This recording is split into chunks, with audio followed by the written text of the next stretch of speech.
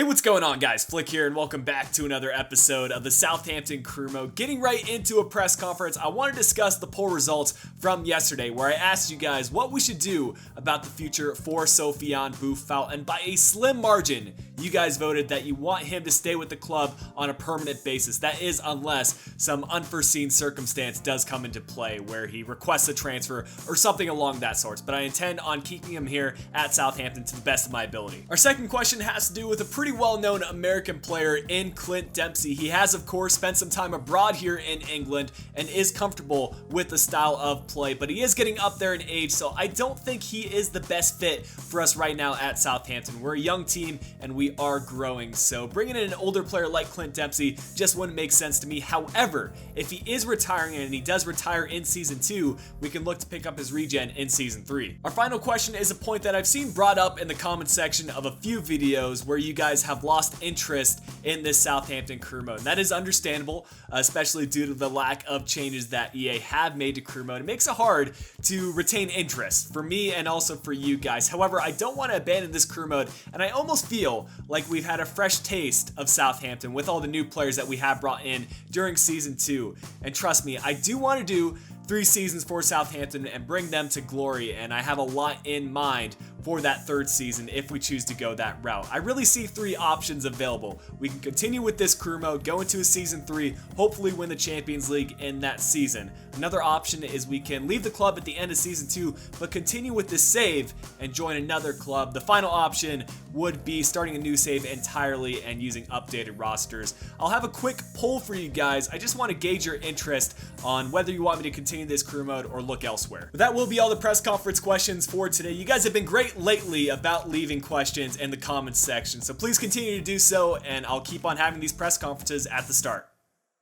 Before we get into an overview of today's episode, I do want to address a couple of points, and the first one being our managerial rating being so low at 68. It's lower than I would have liked, and the reason it is at 68 is because we did not fulfill our youth development objectives in Season 1. But as you can see, we're pretty close to fulfilling the long-term one, and that should boost up our manager rating to hopefully somewhere in the mid-70s, and we can keep on bringing it up with our success in the EuroLeague as well as domestically in the Premier League. I just want to give you an update on all these categories while we're here. Still no updates on the brand exposure. Financially, we should be accumulating profit over the course of the season, and we get a big bump at the end, so I'm not worried about that one, and it is a low objective, so it shouldn't be a problem. Domestically, we are sitting 3rd place, which is a Champions League spot, and in the FA Cup, we do need to reach the round of 16. I don't believe we started that competition, but I'll make sure I bring out a strong team for that. Continentally, we were kicked out of the Champions League, but we're good so far in the EuroLeague, and I'd like to win that competition this year. The second point that I'd like to bring up is the astronomical success of Watford. As you can see,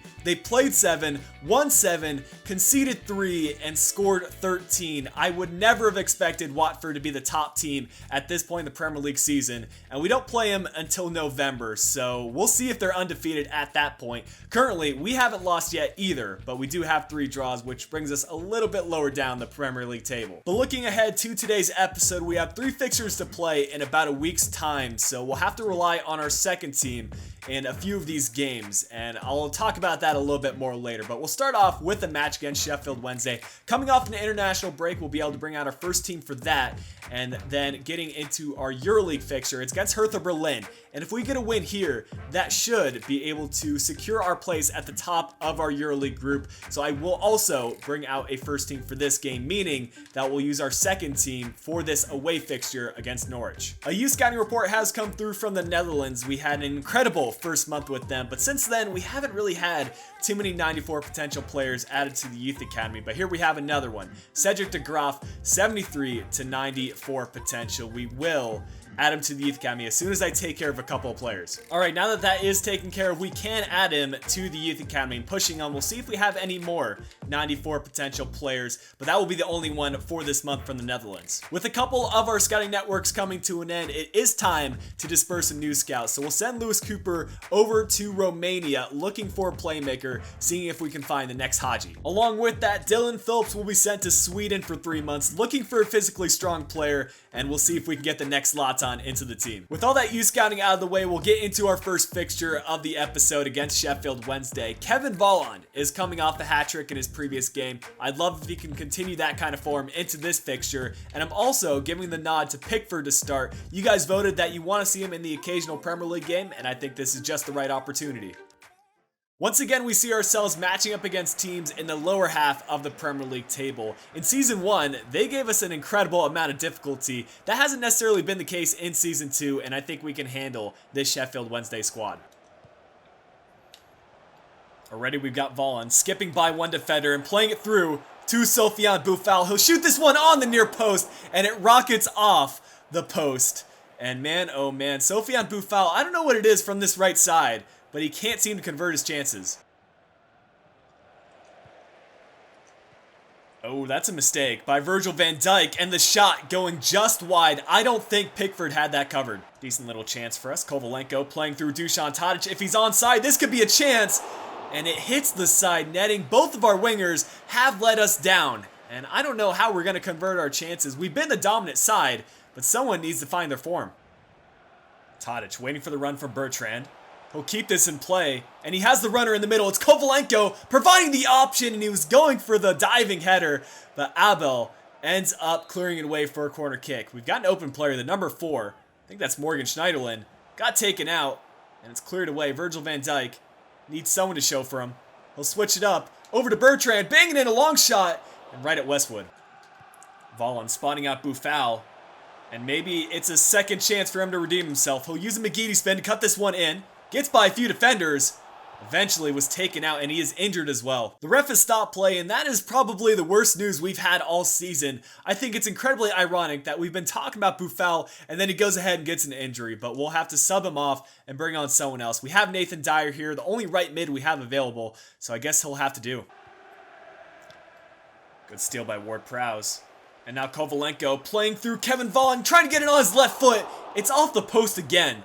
And we've been so unlucky with this game, unlucky with our chances, and unlucky with that injury. I'm actually incredibly surprised by the stats. I only registered 1 or 2 shots on target from our opposition, but apparently they had 4, and 3 of which were on target. We are winning the possession battle though, and I feel like we do have the momentum. So we'll make one more change here at halftime and look to get this winner. That super substitution will be Jay Rodriguez going in at the left mid spot for Dusan Tadic.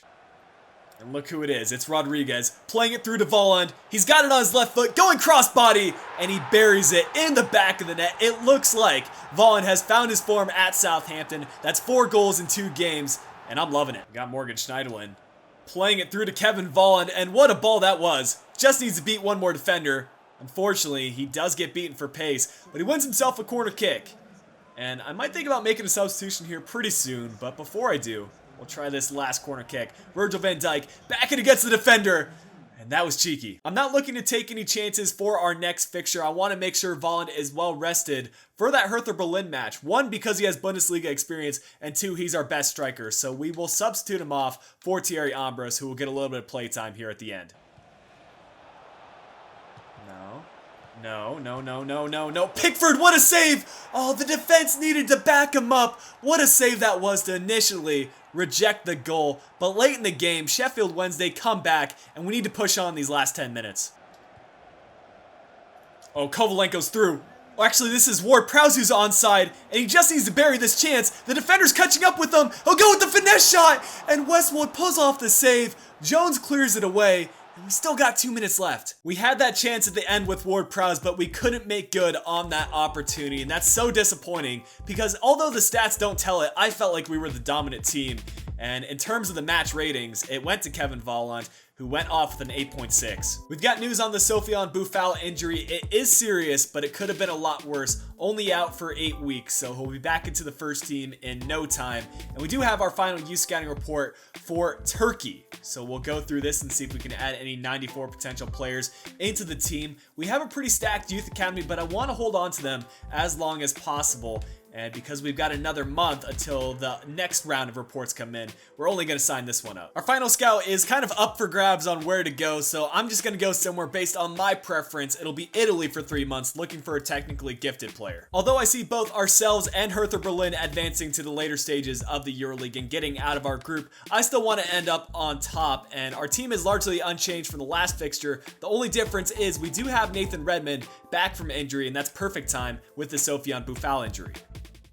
To be honest, I think the best result for both teams would be a draw, but that's not my mindset going to this game. Berlin have a good side, and they have the FIFA 13 legend, S2E7, as well as the American Wall, John Brooks, so this will be a tough test.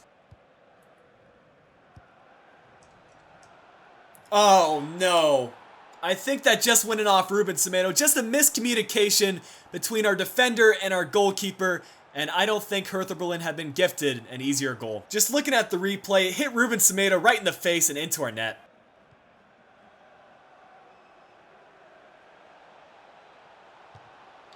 Oh, and now it's going to be a second goal for Hertha Berlin. I can just tell it's going to be one of those games. We'll have to change things awfully quick if we do even want to get a draw.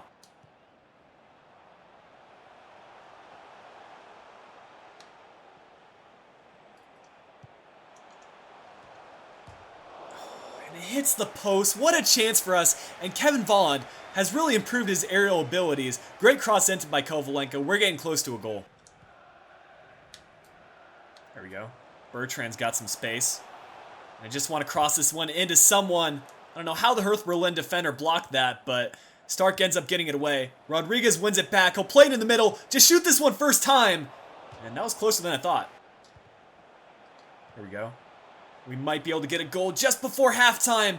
Kevin Volland got taken out, and John Anthony Brooks has been the best defender for Hertha Berlin. We go into the break down 2-0, and I'm not sure what to say. The first goal, obviously I don't need to comment on that, and the second goal I think was just a result of me losing my concentration and allowing them to get through our defense. We'll take a look at the match stats and see if I can take anything away from that.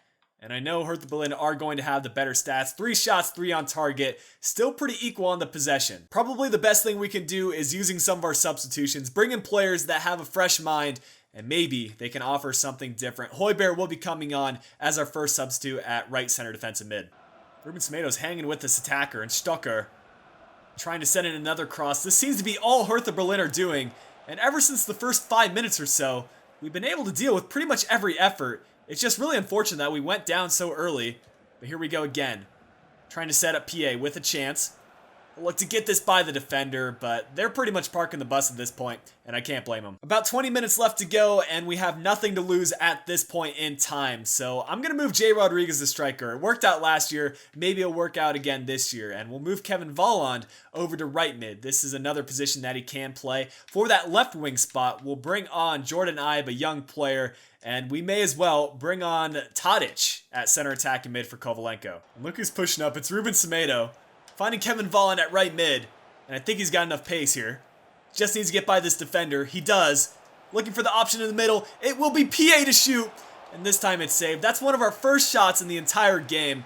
And it's been a woeful performance today. I'm just glad we're off to a great start in the EuroLeague, having won our first 2 games. So we can let this one slip. Here are the stats, and Hertha Berlin were just the definition of clinical, converting 2 goals from 3 chances.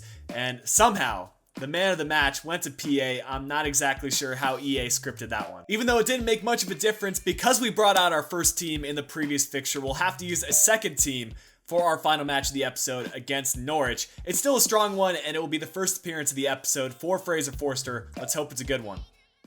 This Southampton team is still battling to keep up with Watford's great form so far in the Premier League season, but Norwich have a respectable team. They've got some veterans from the Premier League, including Stephen Naismith and Matt Jarvis. It's Brady getting inside the 18-yard box. Fraser Forster, he made that save and deflected it off the post. Fair play to him. Despite not getting much playtime today, he does not seem to be rusty.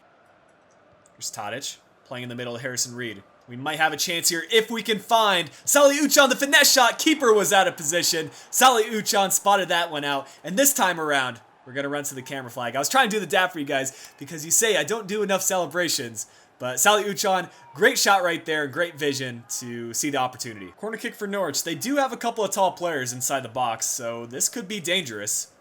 And they do win the header. Fraser Forster, speaking of tall players, able to tip that over. If you weren't watching the game, you'd have to say that Norwich has been the better side, but I feel like a lot of their chances have come off pretty simple ones from corner kicks, and Fraser Forster makes a simple save, allowing another corner kick, and they just repeat the process. So I'd say we're sitting in a great spot. I'm not looking to make any changes quite yet. No joke, Norwich are bringing up tons of players, and as a result, Romeu's through. I don't know if he has enough pace to outpace these defenders, but he'll look to cross something in. Actually laying it off to Tadic. Now to Reed. One more pass in the middle, got tripped up, and here we go Norwich again. With 30 minutes left to go, we'll make some changes and actually use all three of our substitutes. Tadic coming off and Jordan Ibe coming on. Our center defensive mid and Romeu's looking tired. So Ivan Stepanak getting called to action at right center mid. And one more change that we could do, Sally Uchan scored a goal, so I don't want to take him off. Instead, I'll take off Dyer and see who we have available. Why not? Let's put Jake Hesketh there. This couldn't be good. You guys saw Sheffield Wednesday come back against us, and it looks like Norwich might do the same had it not been for another save from Fraser Forster. He's the only reason we're ahead right now. I just cannot get the ball cleared. It's Brady. On the edge of the 18, Matt Target putting his body on the line, and we're not looking to concede here in the last 10 minutes. You can see Norwich are pushing up all their defenders. If we can catch them on the break, we can get that second goal. But first we need to get it clear. Jose Font does well, and it's a foot race now. Jordan Ibe trying to beat out Olsen, and he'll keep on applying the pressure. It would be a one-on-one the keeper if he can dispossess him. And here we go. It's Jordan Ibe getting it on his right foot. Just needs to be a finish, and there it is, 2-0. That'll wrap things up. And just for you guys, I'll dab it out. One final chance for Norwich City. I don't think it'll make much of a difference, but they have brought their keeper up. And they win the header there at the end. Whitaker cutting the deficit in half, but just too late for them. Well, there you have it, guys. A win against Norwich City will allow us to keep pace with Watford as we look to seek out the Premier League title come the end of the season. Man, the match today went to Romeu. But guys, that'll wrap things up for today's episode of the Southampton Crew Mode. Hope you guys have enjoyed it. If you did, make sure you drop a like down below. Subscribe if you are new to the channel. And if you're interested, you can follow me on my socials. Links to those are in the description down below. But until next time, this has been Flick. I'll be talking to you guys again soon.